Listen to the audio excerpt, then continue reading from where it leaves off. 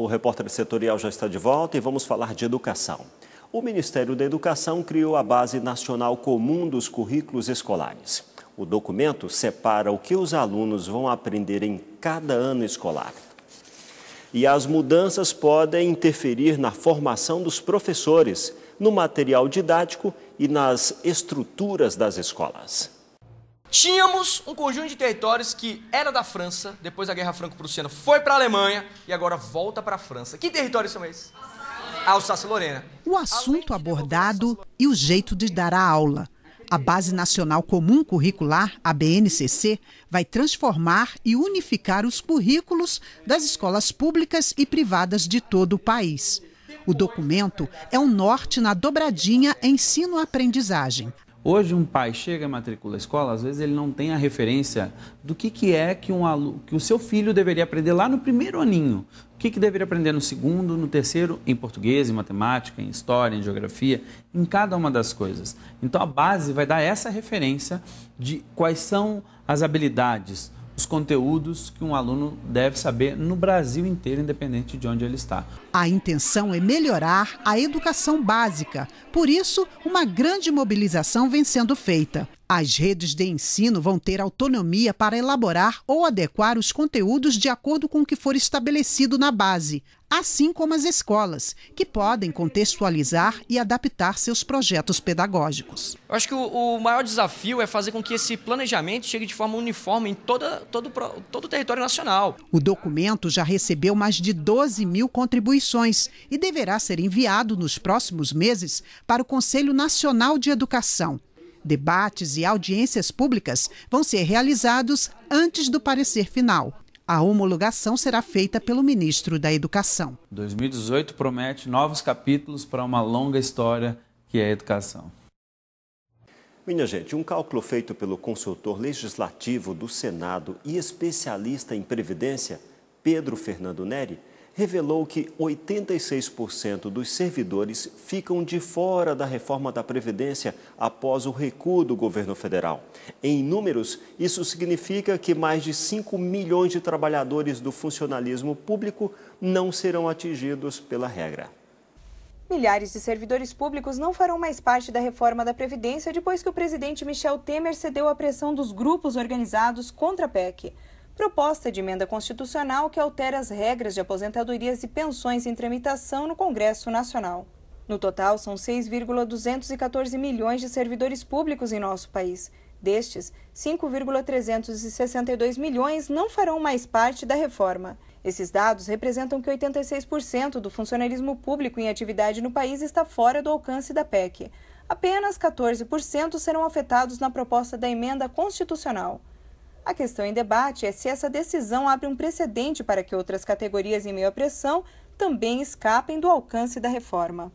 E olha só, um estudo mostrou que 42% dos alunos da rede pública já sofreram algum tipo de agressão. A violência deve ser banida também das escolas. O estudo foi feito pelo site QEdu. Segundo o levantamento, 76% dos diretores e 71% dos professores relataram ter havido agressão verbal ou física entre os próprios alunos. Ameaças, xingamentos e discriminação, muitas vezes confundidas com brincadeiras, também são considerados atos violentos e podem evoluir para agressões mais graves. Comportamentos que contribuem para deixar o ambiente hostil.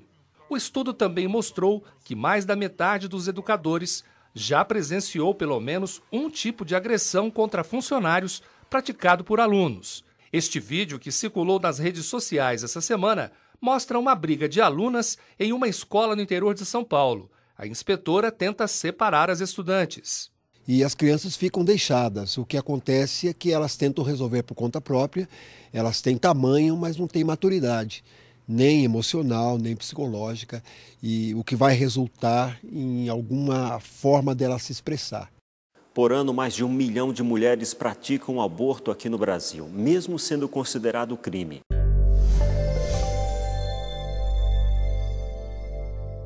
Hoje nós vamos falar sobre o aborto.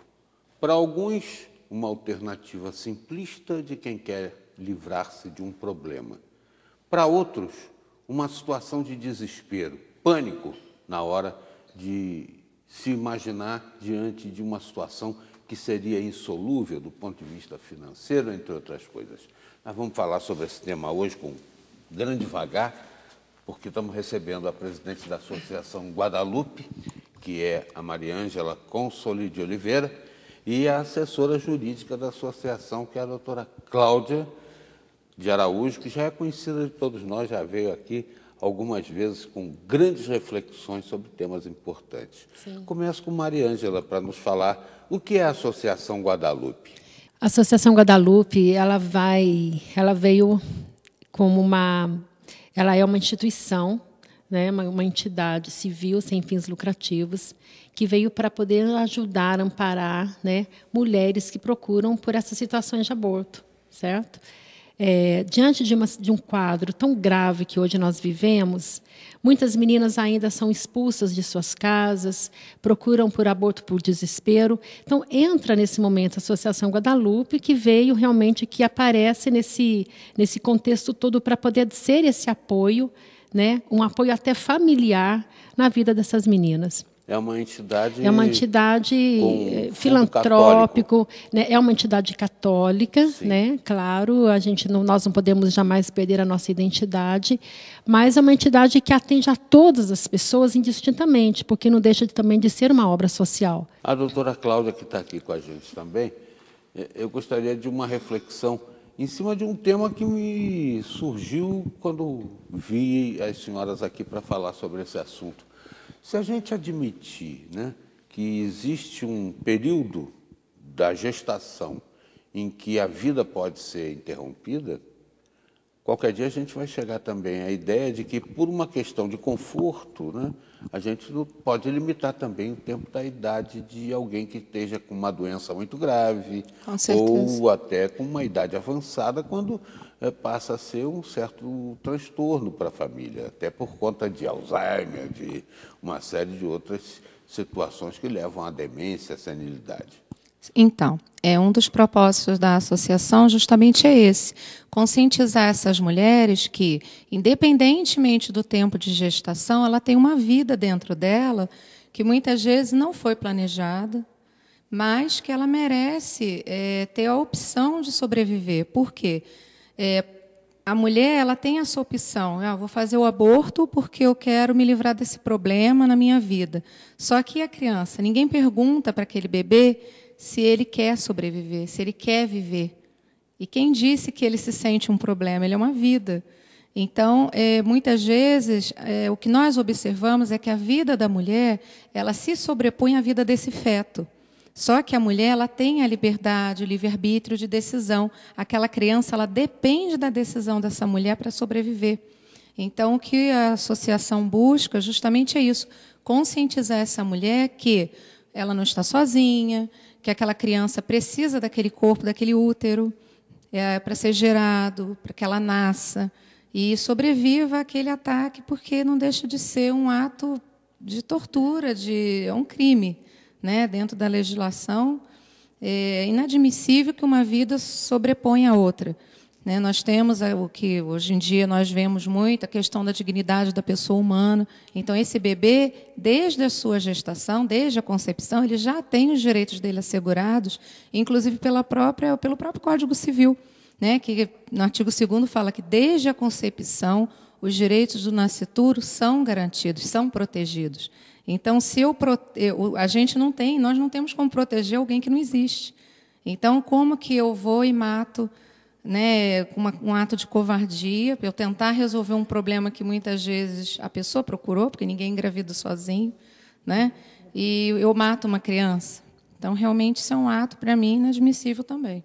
Agora, Mariângela, há quanto tempo a entidade funciona e quantas pessoas vocês têm ideia de já terem atendido? Olha, a entidade, formalmente, ela funciona desde 2013. Ela foi fundada em 2013, mas ela foi fundada por conta de de um trabalho que já vinha sendo executado assim desde 2009.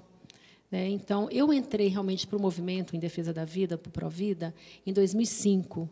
Eu trabalhava com algumas pessoas indo para Brasília para tentar barrar o projeto de lei que parece que era o 1191, que estava para ser aprovado.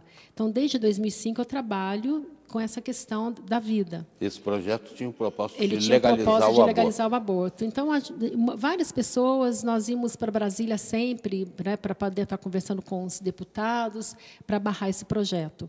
E, graças a Deus, conseguimos, por unanimidade, né, que esse projeto não fosse aprovado. Então, a partir daí, eu comecei a perceber que não é somente ser contra o aborto, mas nós tínhamos que fazer realmente algo, né, pela vida. Em 2009, eu conheci um grupo de mexicanos que vieram para o Brasil para dar uma capacitação para as mulheres, para as pessoas que queriam aprender a abordar as gestantes que procuravam por aborto. E eu participei desse curso, dessa capacitação.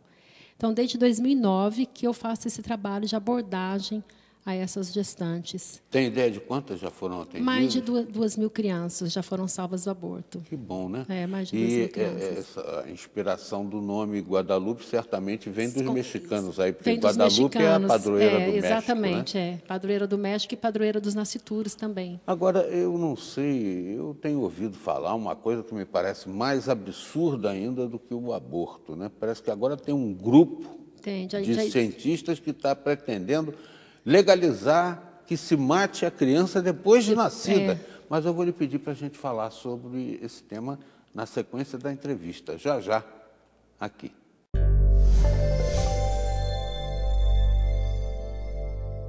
A Polícia Militar de São José dos Campos fez uma surpresa para uma menina que teve vídeo viralizado na internet. E a nossa equipe estava lá.